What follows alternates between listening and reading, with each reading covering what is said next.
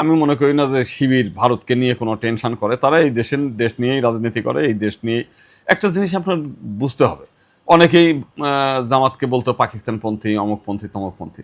তো জামাতের বড় বড় নেতাদেরকে অন্যায়ভাবে ফাঁসি দিয়েছে। আপনারা জানেন জুডিশিয়াল কিলিং শব্দটা ব্যবহার করে অনেকে। জামাতের কোনো নেতা কিন্তু পাকিস্তানে পালিয়ে যায়নি। কিন্তু যারা আজকে এই নিজেদেরকে দেশপ্রেমিক ভাবতো, তো এই 5 তারিখের পরে সবগুলো কিন্তু পালিয়ে ভারতে চলে গেছে।